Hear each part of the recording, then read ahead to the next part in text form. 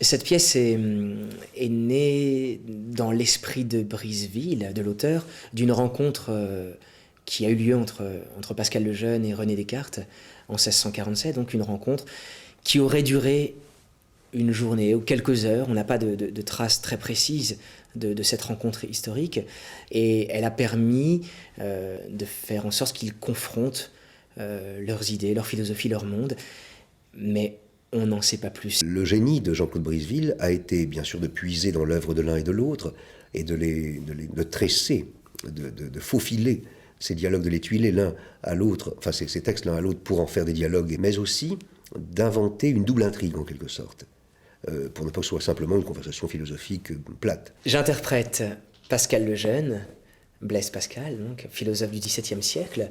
Moi, je joue René Descartes, je ne pouvais plus jouer Pascal Lejeune.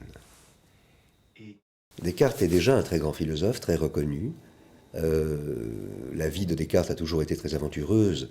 C'était un cavalier, c'était un soldat, un bretteur, une sorte de Cyrano de Bergerac incroyable. Et d'autre part, bien sûr, le philosophe que nous connaissons. Pascal, qu'on appelle Pascal Lejeune, parce qu'à ce moment-là, en 1647, il a aux alentours de 25 ans, tout petit peu moins de 25 ans, est déjà un immense philosophe reconnu évidemment en France et dans une partie de l'Europe, mais c'est surtout à cette époque-là, par la brillance, par le génie de ses études scientifiques, de son analyse scientifique, qu'il est reconnu comme un immense homme de pensée et d'esprit. Pascal venait de faire connaître ses théories mathématiques, et Descartes avait pensé que ce jeune homme était un génie. On ne sait rien donc de cette rencontre. La seule chose qu'on sache, c'est qu'elle s'est mal passée. Tout au début du spectacle, Descartes dit à Pascal « Je crois que nous avons des choses à nous dire ».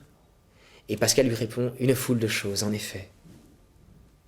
Et rien ne se passe. C'est-à-dire qu'on a décidé dans la mise en scène, dans la direction, dans l'interprétation de ce moment-là, de faire que Pascal et Descartes ne se parlent plus alors qu'ils viennent de se dire qu'ils avaient beaucoup de choses à se dire, un peu comme peut-être cela pourrait exister entre un père et un fils. Au fond de moi même, je me sens davantage pascalien. C'est pas tout à fait vrai, mais enfin, si je devais me rapprocher de l'un ou de l'autre, eh bien ce serait de l'un, de Pascal, toujours.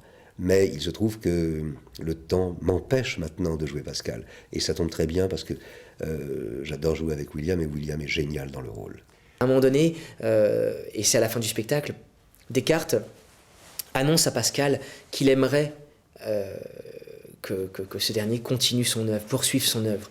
Et Descartes dit à ce moment-là, si quelqu'un peut mener à bien ce que j'ai commencé, c'est vous, monsieur, et rien que vous.